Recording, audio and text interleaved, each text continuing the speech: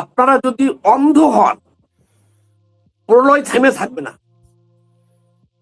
আমি যদি অন্ধ হই, তাই বলে কি প্রলয়, ঝড় বৃষ্টি এগুলো থেমে থাকবে? বৈশাখী ঝড় থেমে থাকবে? বাংলাদেশের সরকার কি অন্ধ? কানা দেখে না? আমি আপনাকে বলে দিলাম, এটা শেখ হাসিনার সাথে সম্পর্কিত নয়। তারেক রহমান এই যে যাবে না ভারত সফরে, কিন্তু তারেক রহমান যাবে না। আরে শেখ হাসিনা কবে দেশে ফিরবে সেই সাবজেক্ট পরে আলোচনা করতেছি। স্বয়ং আমেরিকা ভারতকে বলছে বাংলাদেশে অভিযান চালাইতে। আমেরিকা টোটালি সরে গেছে বাংলাদেশের পিছন থেকে। ভারতের চোখ দিয়া বাংলাদেশকে দেখছে। আগামী 30 দিনের মধ্যে বাংলাদেশে ভারত একটা অভিযান চালাতে পারে এবং সেখানে জাতিসংঘের সম্মতি থাকবে, এখানে আমেরিকার অংশগ্রহণ থাকবে। পাকিস্তান চোরের মতন চেয়ে চেয়ে দেখবে। বাংলাদেশে ওই শেখ হাসিনা আসা পর্যন্ত অপেক্ষা করতে হবে না, এই সরকারের পতন হবে। আমি আপনাকে বলে দিলাম। আমার কাছে এই ধরনের অনেক নিউজ আছে। স্বয়ং র প্রধান এসে তথ্য দিয়ে গেছে। র প্রধান কি জিনিস এটা কি জঙ্গিরা বুঝবে? বুঝবে না। তারেক রহমান কি এই জামাতিরা যেরকম মনে করে যে পাকিস্তান পারমাণবিক ক্ষমতাধর রাষ্ট্র আমাদের ভাই, ভারত কিছু বললে ওরা আমাদেরকে সাহায্য করবে। আমি আপনাকে বলে দিলাম, স্বয়ং আমেরিকা ভারতকে এখন বারবার চাপ দিতেছে যে বাংলাদেশে যেন আফগানিস্তানের মতো আমাদেরকে অভিযান চালাতে না হয়। তুমি বাংলাদেশের জঙ্গি নির্মূল করো, যত ধরনের সহযোগিতা লাগে, লজিস্টিক সাপোর্ট লাগে আমরা দিব। আমরা একটা ভুল করেছিলাম। বরাবরই কিন্তু এই জঙ্গি বিষয়টা ভারতের চোখ দিয়ে বাংলাদেশকে দেখতো আমেরিকা। কিন্তু আমেরিকা তাদের বাংলাদেশে একটা ঘাঁটি নেওয়ার জন্য, বাংলাদেশে তারা সশস্ত্র ঘাঁটি নেওয়ার জন্য ভারতকে পাশ কাটাইয়া বাংলাদেশের সরকার পরিবর্তন করেছিল। পরিবর্তন করার পরে তাদের সে আশায় ঘুরে বালি, তাদের টোটাল সেই প্ল্যানটাই মিস হয়ে গেছে, লস হয়ে গেছে। বাংলাদেশের তারা বুঝতে পেরেছে এখন যে বাংলাদেশের শেখ হাসিনাকে বিতাড়িত করার পরে টোটাল বাংলাদেশের ক্ষমতাটা জঙ্গিদের হাতে চলে গেছে। এবং জঙ্গিদের হাতে পৃথিবীতে সবচেয়ে আমেরিকার বড় শত্রু হলো জঙ্গিরা। সারা পৃথিবীর সকল জঙ্গির একই মতাদর্শ। এখন দেখে যে আমরা তো খাল কেটে কুমির আনছি, নিজের পায়ে নিজে কুড়াল মারছি। এখন আমেরিকার কাছে তথ্য আছে যে বাংলাদেশেও আমেরিকান স্বার্থ সংশ্লিষ্ট যে সমস্ত আছে, দূতাবাস আছে বা ব্যবসা বাণিজ্য কেন্দ্র আছে, এগুলো বর্তমান বাংলাদেশের জঙ্গিদের হাতে নিরাপদ নয়। এবং এই সরকার হয়ে গেছে পুতুল সরকার, সম্পূর্ণ নিয়ন্ত্রণ করতেছে জঙ্গিরা। আমরা তো আতঙ্কিত, বলার কিছু নাই। আমরা দেখতে পেয়েছি আমাদের ভবিষ্যৎ। একটু সংক্ষিপ্ত প্লিজ। আমেরিকা টোটালে বাংলাদেশ থেকে সরে গেছে। জাতিসংঘকে দিয়ে বলিয়েছে যে বাংলাদেশের জঙ্গিরা আছে। ভারতের গোয়েন্দা প্রধান র নিজে এসে বলে গেছে। তারপরও যদি আমাদের ঘুম না ভাঙে, ঘুম আমাদের ওই দিনই ভাঙবে একদিন আমরা ঘুমের মধ্যে দেখবো বোমা পড়তেছে ঢাকায়, সৈন্য নামতেছে ঢাকায়।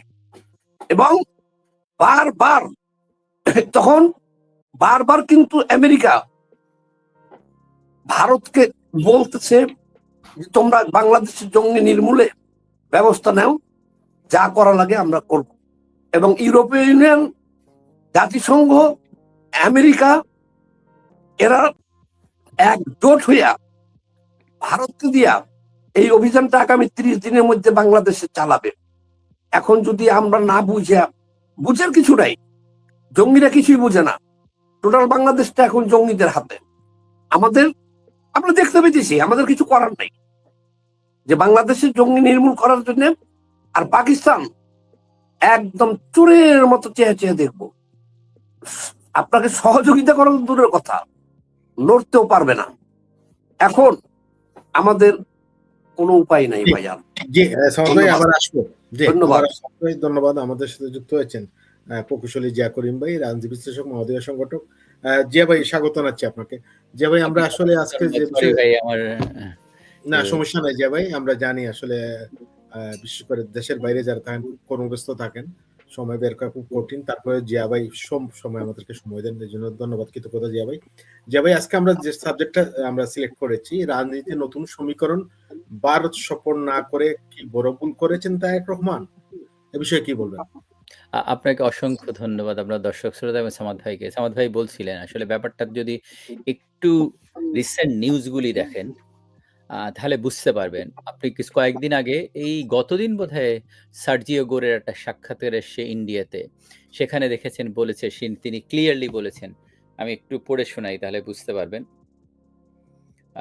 যেটা বলেছেন যে যে যে US Ambassador to India, Sergio Gore, visited Jammu and Kashmir today, where he met Chief Minister Omar Abdullah. After meeting, Gore called Jammu and Kashmir an important part of India. আপনারা কি বুঝতে পারেন তার মানে কি? যে ইন্ডিয়ার পরে কতটা ইউএস নির্ভরশীল ওই এরিয়ার জন্য। কারণ ইন্ডিয়াকে যদি বাদ দেয় তাহলে আপনার চায়না পুরা দখল করে নিয়ে যাবে। আমেরিকা তো সেটা চাইবে না রে ভাই, আমিও চাইবো না, আমি কোনোদিন চাই না যে এই পর্যন্ত চায়না কার হেল্প করছে বলেন তো? কার দেশ স্বাধীন করেছে, কাকে হেল্প করছে? এই পর্যন্ত চায়না কোনোদিন কাউকে হেল্প করতে, কারোর পাশে দাঁড়ায়নি এসে। আপনার বিপদে ফেলে দিবে, বিপদে তারপর পালায় চলে যাবে। তারা এই পর্যন্ত কারোর পাশে মানে পাথরের মতো দাঁড়ায় থাকে না, যে হ্যাঁ আমরা দাঁড়ায় আছি তোমার পেছনে। আমাদের স্বাধীনতা সংগ্রামের সময় তো আমাদের পাশে বাংলাদেশের স্বাধীনতা সংগ্রামের সময় কি তারা বাংলাদেশের পাশে দাঁড়ায়? জিয়া ভাই, ওরা পাকিস্তানকে সাপোর্ট করছে, কিন্তু পাকিস্তান কোনো হেল্প করে নাই। সুতরাং এই যে সুতরাং এই পাকিস্তান, এই চায়নার বলয় থেকে বের হতে গেলে আমেরিকাকে দরকার এখানে ইন্ডিয়া ছাড়া কোনো বিকল্প নেই। আপনি দেখেন অ্যানেক্সেশন যে হয়নি তার না, সিকিম অ্যানেক্সেশন করলো না ইন্ডিয়া, আপনার ইয়াতে এই যে কাশ্মীরের একটা অংশ, তারপরে আপনার এই আরো যে কয়েকটা ছিল যেগুলি, সেগুলি অ্যানেক্সেশন হয়ে গেছে না, ইন্ডিয়ার ভেতরে চলে গেছে। তো এখন আমেরিকা কয়টা 13টা যে স্টেট আছে সেটা নিয়ে আমেরিকা শুরু করছিল। এখন কয়টা স্টেট? 50টা স্টেট, তাই না? এর ভিতরে কিছু কিনছে, লুজিয়ানা কিনছে, আবার ফ্লোরিডা কিনছে, সেগুলো কিনে নেছে, কিন্তু এর বাইরেও আরো তার অনেকগুলো আইল্যান্ড আছে, তাই না? সুতরাং এগুলো বুঝতে হবে, প্লাস ভূ রাজনীতি বুঝতে হবে। যদি আমি ভূ রাজনীতি না বুঝি তাহলে আমরা অনেক কিছুই বলতে পারবো, কিন্তু ভূ রাজনীতি যদি বুঝি, কারণ আরেকটা যেটা সামাদ ভাই বলছিলেন যে জঙ্গিবাদ, আপনি দেখেন ইউনাইটেড নেশনস কয়েকদিন আগে কি বলেছে, এর আগে বলেছিল ইসরায়েলি গোয়েন্দা বিভাগ।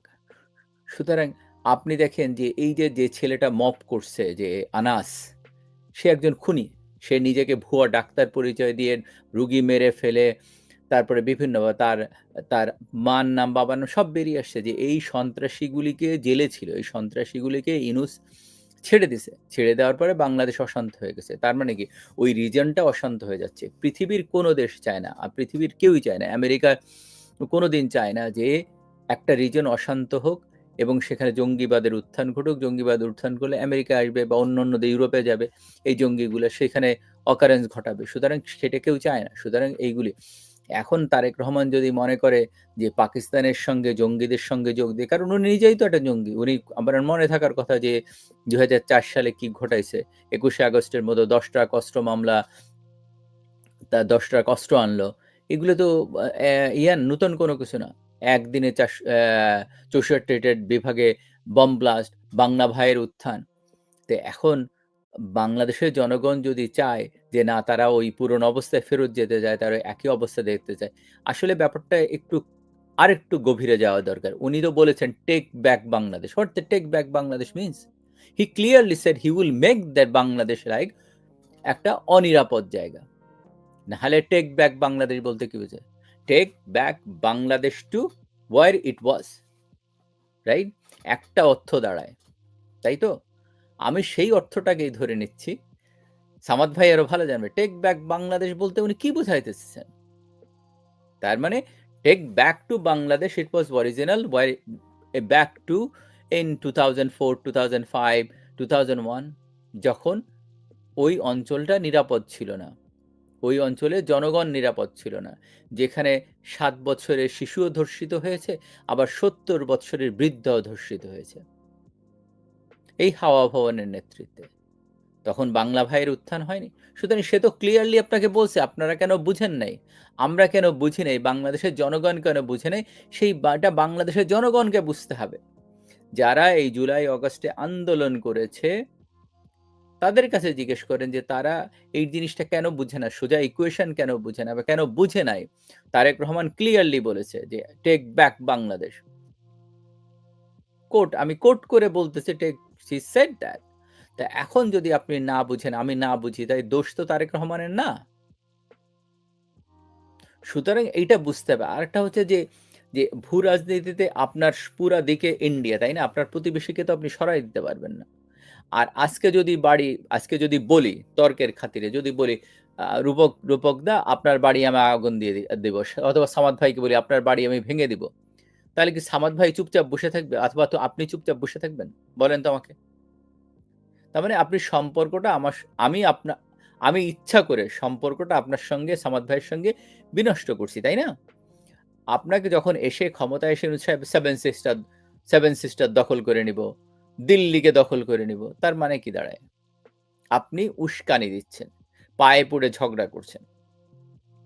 এই সরকার, একটা নির্বাচিত সরকার যখন আসছিল, তার কাছে জনগণের আশা ছিল যে জনগণকে সে ঠিক দিকে পরিচালিত করে মানুষকে দুদেশের সম্পর্ক উন্নয়ন ঘটাবে।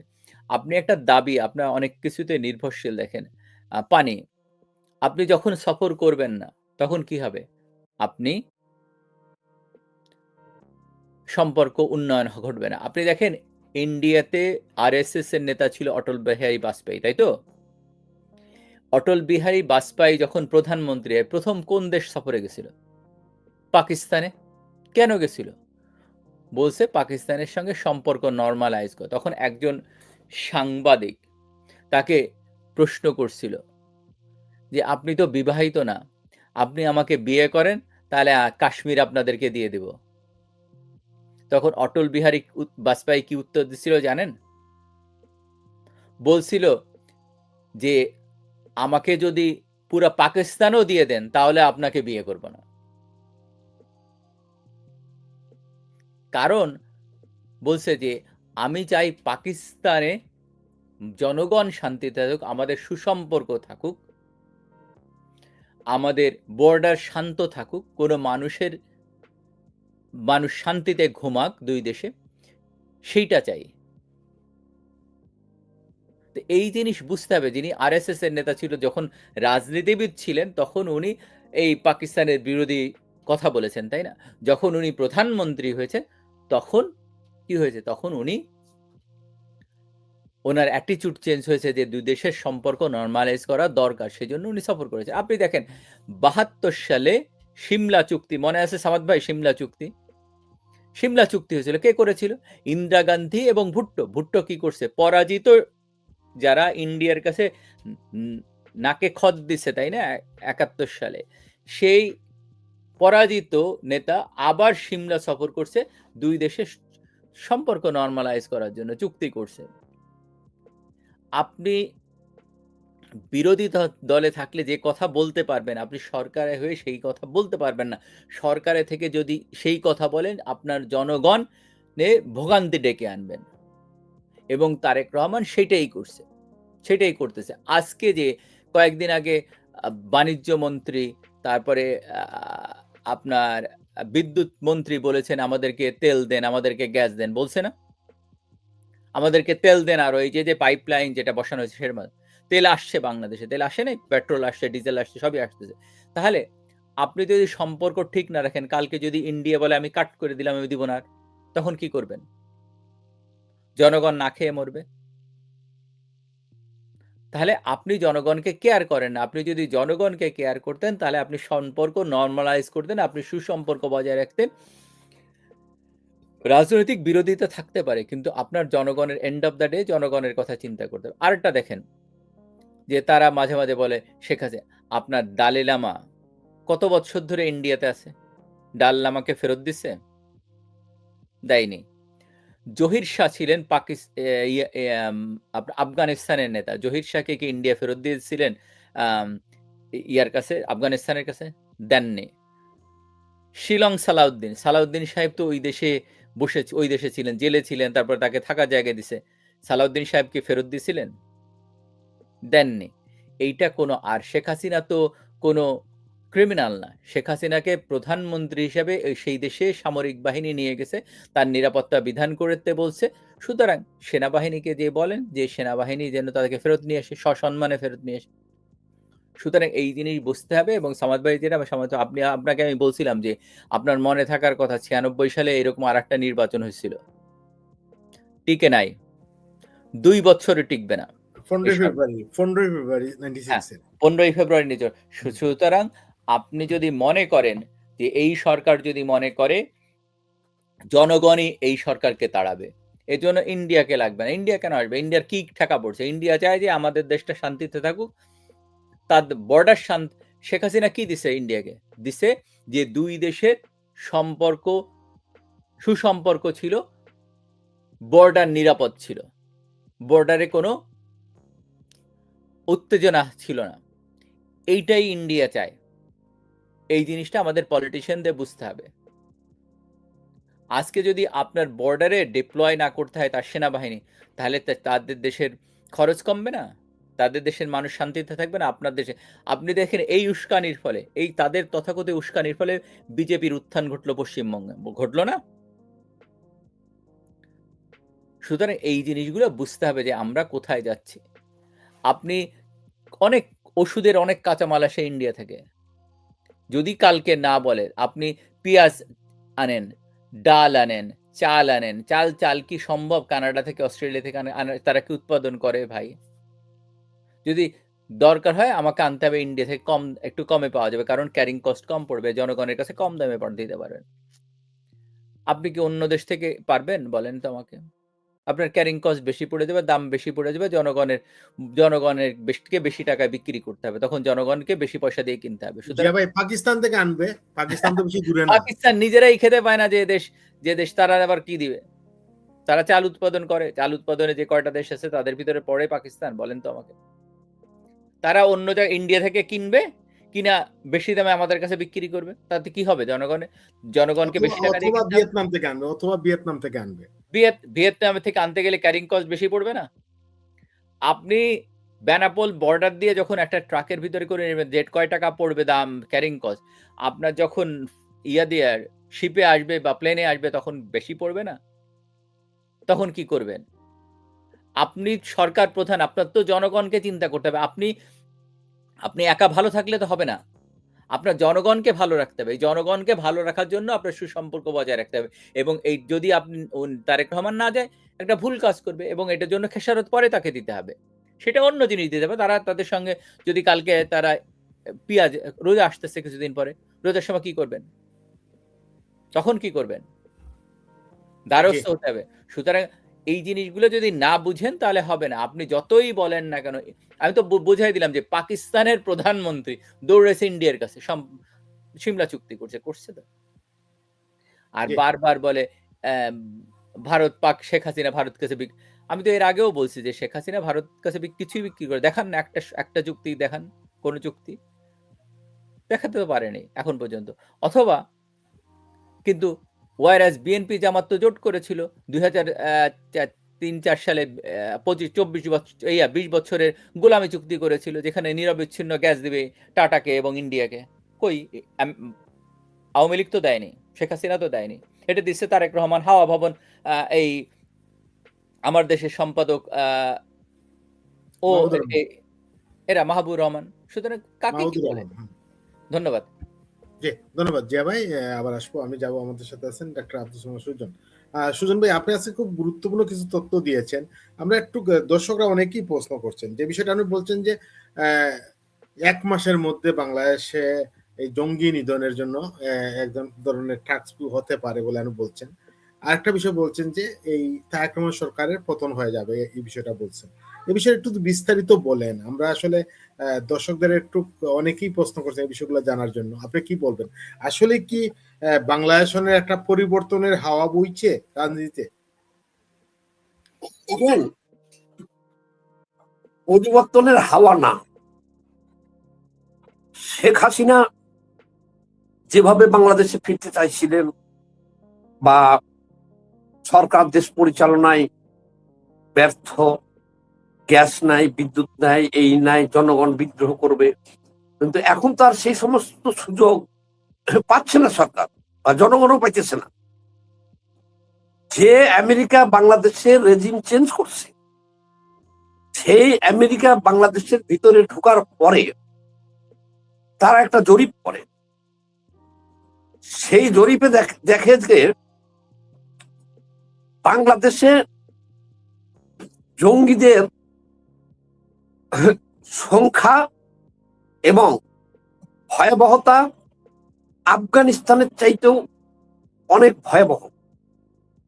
এইখানে আমাদের থাকা নিরাপদ না, 1 নম্বরে। এবং এইটাকে যদি নির্মূল না করা যায় এখন, তাহলে ভবিষ্যতে এখান থেকে যে জঙ্গিবাদের উত্থান হবে, পৃথিবীর সকল জঙ্গিদের টার্গেট হলো আমেরিকা 1 নম্বরে। কাজে আমেরিকার এই এশিয়ার কোনো লক্ষ্যবস্তুই, আমেরিকার কোনো স্বার্থ নিরাপদ না 1 নম্বরে। আর 2 নম্বরে, সারা বিশ্ব তখন আমেরিকাকে দোষারোপ করবে যে বাংলাদেশের জঙ্গিবাদের উত্থান ঘটিয়েছে আমেরিকা। আমেরিকা দ্রুত তাদের সিদ্ধান্ত চেঞ্জ করে। আমেরিকা তো বাংলাদেশ থেকে সরে গেছে এখন। ডক্টর ইউনূসের সময়ই সরে গেছে, এবং ডক্টর ইউনূসের কাছে তারা যা নেওয়ার, যা আশা করছিল সে পর্যন্ত তারা পায় নাই, বা সে পর্যন্ত তারা থাকে নাই। তারা একটা চুক্তি করে নিয়েছে, নেওয়ার পরে তারা সরে গেছে। সরে যাওয়ার পরে তারা শুধু তাদের যে তদন্ত রিপোর্ট, সেটা না, তারা কাজ করেছে। তারা মোসাদ্রে দিয়ে তদন্ত করিয়েছে, র দিয়ে তদন্ত করিয়েছে, করার পরে এটা জাতিসংঘে প্লেস করছে। জাতিসংঘে প্লেস করে দেখে যে বাংলাদেশে ভয়াবহ জঙ্গিবাদের উত্থান হবে এবং তাদের হাতে ক্ষমতাটা চলে গেছে। এখন তারা আবার ব্যবহার করতে চাইতেছে এখন ভারতকে, যেহেতু ভারতের সাথে বাংলাদেশের বর্ডার। এখন বাংলাদেশকে তারা ভারতের চোখ দিয়ে দেখতেছে, ভারতের সাহায্য চাইতেছে। পাকিস্তানকে ইনঅ্যাক্টিভ করে দিয়েছে অলরেডি। আপনি দেখবেন, আমি যে বললাম যে বাংলাদেশের জঙ্গি নির্মূলে তারা যে পলিসিটা অ্যাপ্লাই করেছে, বাংলাদেশে শেখ হাসিনা আসবে, শেখ হাসিনাকে রিপ্লেস করবে। বিগত 15 বছরের যে ইতিহাস বাংলাদেশের জঙ্গিবাদ দমনে, শেখ হাসিনা বাংলাদেশে রিপ্লেস হবে। তাহলে শেখ হাসিনা যখন আসবে বাংলাদেশে, তখন একই সাথে ভারত যে অভিযানটা চালাবে, ওই জিনিস শেখ হাসিনা বাংলাদেশে আসবে না। শেখ হাসিনাকে যেভাবে বিমানে করে সসম্মানে ওখানে নেওয়া হয়েছে, বাংলাদেশে এই জঙ্গিবাদ নির্মূলে জাতিসংঘ, আমেরিকা, ইউরোপীয় ইউনিয়নের সমর্থনে ভারত আগামী 30 দিনের মধ্যে যদি কোনো এদিক সেদিক না হয় তারিখ, তাহলে আমার কাছে যে তথ্য আছে 30 দিনের মধ্যে এই জঙ্গি নির্মূলে ভারত অ্যাকশন নেবে। তখন তারেক রহমান কিন্তু সেফ এক্সিট পাবে না। শেখ হাসিনা যেভাবে ভারতে নিরাপদে জঙ্গি হামলা থেকে বাঁচার জন্য সেফ এক্সিট পেয়েছিল, তারেক রহমান এই সরকার কিন্তু সেফ এক্সিট পাবে না। তবে বাংলাদেশে যারা চালাক, জামাত, এনসিপি, এরা কিন্তু অলরেডি প্রস্তুত পালানোর জন্য। ওরা কিন্তু প্রস্তুত যে হয় আমরা জঙ্গিবাদ কায়েম করব তারেক রহমানকে উৎখাত করে, আর না হলে পালিয়ে যাব। এই বাংলাদেশে যে জঙ্গিবাদের উত্থান হয়েছে, জঙ্গিবাদ কায়েম করতেছে কারা করতেছে? জামাত, এনসিপির নেতৃত্বে আরো অনেক ইসলামিক সংগঠন আছে। আপনি চিন্তা করতে পারবেন, পুলিশ লাইন মানে হলো, সেটা হলো হাজার হাজার পুলিশ থাকে এবং অস্ত্রাগার সেখানে পুলিশের, থানা না কিন্তু এটা। তারা কনসার্ট করতে পারে নাই ব্রাহ্মণবাড়িয়ায়। পুলিশ লাইনের ভিতরে মাঠে এই জঙ্গিরা ঢুকে কনসার্ট বন্ধ করেছে এবং বলেছে ভবিষ্যতে কোনোদিন গান বাজনা হবে না বাংলাদেশে। এই রিপোর্টগুলো জাতিসংঘে যাচ্ছে না, অবজার্ভ হচ্ছে না। অর্থাৎ এখন টোটাল বাংলাদেশটা, আমেরিকা এখন বলছে যে তারা নিজের পায়ে নিজে কুড়াল মারছে।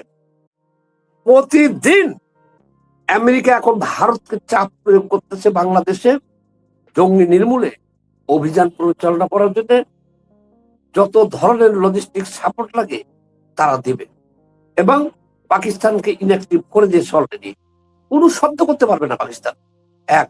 আর 2 নম্বরে, এই যে তারেক রহমান ভারতে যাচ্ছে না, আপনি আমি তো বলতে আছি যাইতেছে না, যাচ্ছে না, কেন যাচ্ছে না ভারতে? এই সমস্ত খবর তারেক রহমানের কাছে আছে, আমার মতো একটা সাধারণ মানুষের কাছে আছে, সরকারের কাছে নাই মনে হচ্ছে। কিন্তু সরকারের পক্ষে তো জাতিসংঘের নির্দেশনা অনুযায়ী এই জঙ্গিদের গায়ে হাত দেওয়া এই মুহূর্তে সম্ভব না। কাজেই আমি এর আগে যে সমস্ত নির্দেশনা দিয়েছিলাম, এটা অক্ষরে অক্ষরে কিন্তু আপনারা প্রমাণ পাইছেন। কিন্তু এখন শেখ হাসিনাকে তারাই থামিয়ে দিয়েছে বা থামানোর চেষ্টা করতেছে যে বাংলাদেশে জঙ্গি নির্মূলের জন্য একটা অভিযান চলবে, তারপরে শেখ হাসিনাকে আনা হবে বাংলাদেশে। আমার কাছে এখন এ পর্যন্ত এই তথ্য আছে। জি সামাদ ভাই, হ্যাঁ বলেন। একজন দর্শক লিখেছেন যে সামাদ ভাই 32 নম্বর বাঙ্গার জন্য আজ ইউনূস, আসিফ নজরুল সহ 27 জনের বিরুদ্ধে আদালতে মামলা হয়েছে। এখন তাহলে কি আপনার কথাই মিলতে যাচ্ছে, মানে ইউনূসের বিরুদ্ধে মামলা তো এর আগে অনেকেই করেছিল, কোন মামলাই টিকে নাই, সব খারিজ করে দেওয়া হয়েছে।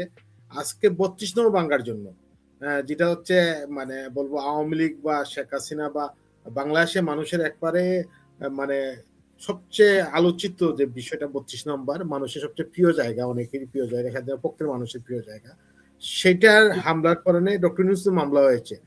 মানে এর পিছনে কারণটা কি থাকতে পারে, বা মামলাটা নেওয়া হয়েছে এখন পর্যন্ত খারিজ করা হয় নাই, এ বিষয়ে কি বলবেন সামাদ ভাই? শোনেন, এখন ডক্টর ইউনূসের পিছনেও আমেরিকা নাই, সরকারের পিছনেও আমেরিকা নাই। আর আমি যেসব তথ্যগুলো ফাঁস করে দিলাম, এইসব তথ্য সরকার জানে। এই কারণে সরকার তারেক রহমান ভারতে যাচ্ছে না। শুধু এই মামলা না, দেশে এখন আমি যেখানে বসা আছি, ঢাকার প্রাণ কেন্দ্র, আমি এখন মোটামুটি অপ্রতিষ্ঠিত হয়ে গেছি, পাগল হয়ে গেছি। কি কারণে জানেন? 1 ঘন্টা কারেন্ট ছিল না প্রথম। যখন কারেন্ট থাকে না, আমাদের এইসব বড় বড় ভবনে বিশাল শক্তিশালী জেনারেটর থাকে, এটা চালু হয়। এর শব্দে 1 ঘন্টা যদি এই শব্দ চলতে থাকে, ভাই একটা সুস্থ মানুষ অসুস্থ হয়ে যাবে। ধরেন আমার এই ভবনে কারেন্ট নেই, 1 ঘন্টা জেনারেটর চললো, তারপরে হলো কি এই ভবনে কারেন্ট আসলো, পাশের ভবনে কারেন্ট নাই, সেখানে জেনারেটর চালু হলো, আপনি সেটাও পাইতেছেন। আমার 2 ঘন্টা কারেন্ট ছিল না আমার এই ভবনে, এই 2 ঘন্টায় চারিদিকে জেনারেটরের শব্দে সুস্থ মানুষ সব অসুস্থ হয়ে যেতেছে। এগুলো সরকার এখন দেখতে পারবে না দেশে। এটা আপনাকে আমি বুঝিতে পারবো না যে মানুষ কতটুক নির্যাতিত। আমি নিজেকে দিয়ে বলতেছি যে 2-3 ঘন্টা এই জেনারেটরের শব্দে মানুষ বেহুশ হয়ে গেছে। আবারও যে গ্যাস নাই, গ্যাস সকালবেলা কিছুটা ছিল, আবার সন্ধ্যার পরে কিছুটা আসবে। এগুলো গেল কই? মানুষের প্রশ্ন হলো কি যে সারা বছরে 1 ঘন্টা কারেন্ট যায় নাই এই এলাকায়, শান্তিনগর এলাকায় সারা বছরে 1 ঘন্টা কারেন্ট যায় নাই। আমি চ্যালেঞ্জ করলাম, রেকর্ড, সারা বছরে 1 ঘন্টা গ্যাস যায় নাই। শেখ হাসিনা কি এগুলো সব নিয়ে গেছে? ভারতে নিয়ে গেছে সাথে করে? নাকি এই কয়েকদিনের মধ্যে কি হলো? এগুলো গ্যাস গেল কই? বিদ্যুৎ গেল কই? মানুষের এই যে হাহাকার, এখন আমরা মনে করতেছি যে সরকার এখন পালানোর চিন্তা করতেছে, সরকার এখন এগুলো চিন্তা করতেছে না। আর আসলেও তাই। একদিকে হলো শেখ হাসিনার এই আসতেছি হুমকি, ওইদিকে জাতিসংঘ বলতেছে তোমাদের দেশ জঙ্গিতে ভরে গেছে। তারা তো এগুলো মোকাবেলা করতে একটু অস্থির। বলেন তো ভাই, দেশের কোনো কাজ এরা করার সময় পেয়েছে না করতেছে? শেখ হাসিনা যে বিদ্যুৎ, যে গ্যাস যেগুলো রেখে গেছে, এটি তো আর ম্যানেজমেন্ট করতে পারতেছে না। এই নতুন করে কিছু করা তো দূরের কথা। কাজে জনগণ যে মানে কতটুকু বিরক্ত আর ফেড আপ হয়েছে এই 6 মাসের সরকারের উপরে, এদিকে জনসমর্থনটা এ টু জেড, মানে যারা বিএনপি করে তারাই আগে বলতেছে হাসিনা আমলে তো ভালো ছিল।